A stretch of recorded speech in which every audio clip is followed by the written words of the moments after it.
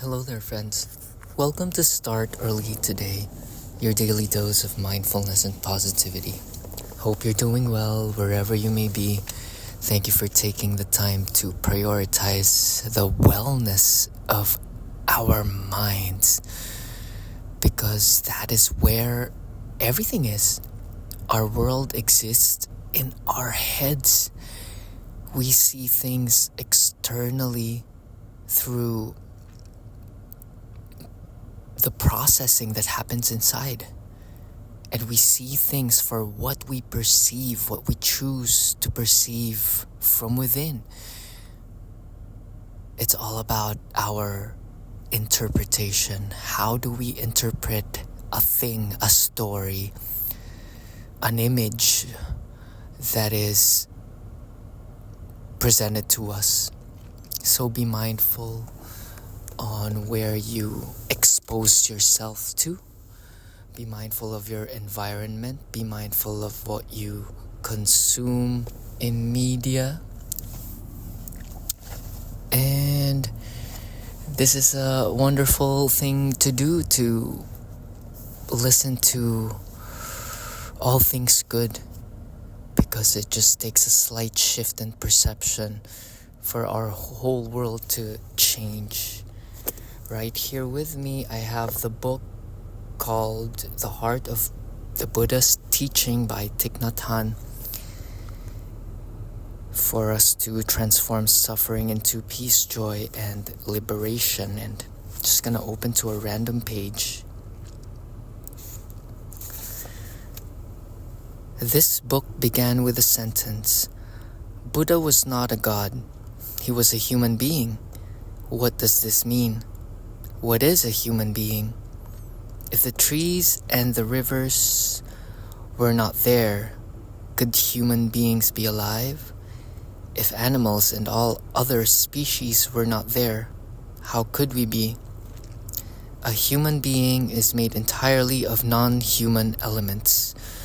We must free ourselves of our ideas of Buddha and of human beings.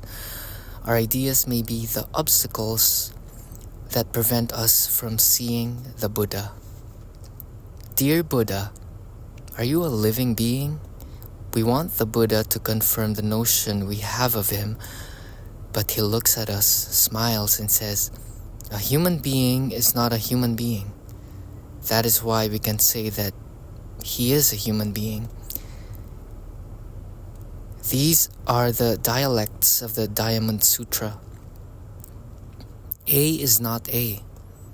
That is why it is truly A. A flower is not a flower. It is made only of non-flower elements: sunshine, clouds, time, space, earth, minerals, gardeners, and so on. A true flower contains the whole universe. If we turn any one of these non-flower elements to its source, there will be no flower. This is why we can say a rose is not a rose. That is why it is an authentic rose. We have to remove our concept of rose if we want to touch the real rose. Nirvana means extinction. First of all, the extinction of all concepts and notions. Our concepts about things prevent us from really touching them. We have to destroy our notions if we want to touch the real rose. When we ask, Dear Buddha, are you a human being? It means we have a concept about what a human being is. So the Buddha just smiles at us. It is his way of encouraging us to transcend our concepts and touch the real being that he is. A real being is quite different from a concept. If you have been to Paris, you have a concept of Paris, but your concept is quite different from Paris itself. Even if you've lived in Paris for 10 years, your idea of Paris still does not coincide with the reality. You may have lived with someone for 10 years and think that you know her perfectly, but you are living only with your concept. You have a concept of yourself, but have you touched your true self? Look deeply to try to overcome the gap between your concept of reality and reality itself. Meditation helps us remove concepts. The Buddhist teaching of the two truths is also a concept, but if we know how to use it, it can help us penetrate reality itself. Thich Nhat Hanh helps us awaken in very simple words and passages. I really love his use of the word notion and concepts. That the moment that we assume or project a meaning towards a thing, when we have the spaciousness to realize and turn back, go back to the center and know that that is not the complete reality of the thing. There are many sides of seeing a thing. There are many sides of perceiving a certain construct or a story. So if you're in a loop inside your head of a certain concept, that is only a seeming problem. That is only partial. That is not the whole truth of reality. So it is such a gift to realize this. Those are the two truths. The truth of your immediate perception of what a thing is and what it truly is. It's all made up of the opposite of what you think. I love the saying that goes, both are true and the opposite of that is also real. There are many sides of the story.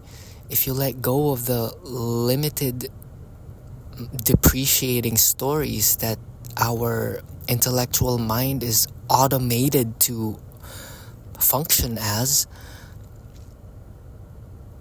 we are open to live this really joyful, fulfilling life. Because everything you think that is limiting you from perceiving love and joy is not real. Love is always here. Vitality is always here. Sometimes we just cling to these barriers and we have gone comfortable with our imagined limitations. So my dear friend, my invitation for you today is to take a review, an introspection. Take another look on these things that seem to bother you. Sometimes it's just an internal shift that liberates us from the seeming insurmountable problems that present itself, and we just have gone addicted to it because it's what we know. It is what we know, and the ego loves what it knows, but the real world is so much bigger than that. The real, with a capital R, as Thich Nhat Hanh have said, it is an interconnectedness that you are all of this. Aside from your identity, you are much more bigger than that. You are much bigger than your thinking. So I hope this little reading inspire you and maybe delights you. Just a little joy. Remember that it is our choice. Feel free to go to startearlytoday.com for more insights and makepuretheyheart.com for some easy recipes. That's it for today. Shout out to you. Namaste.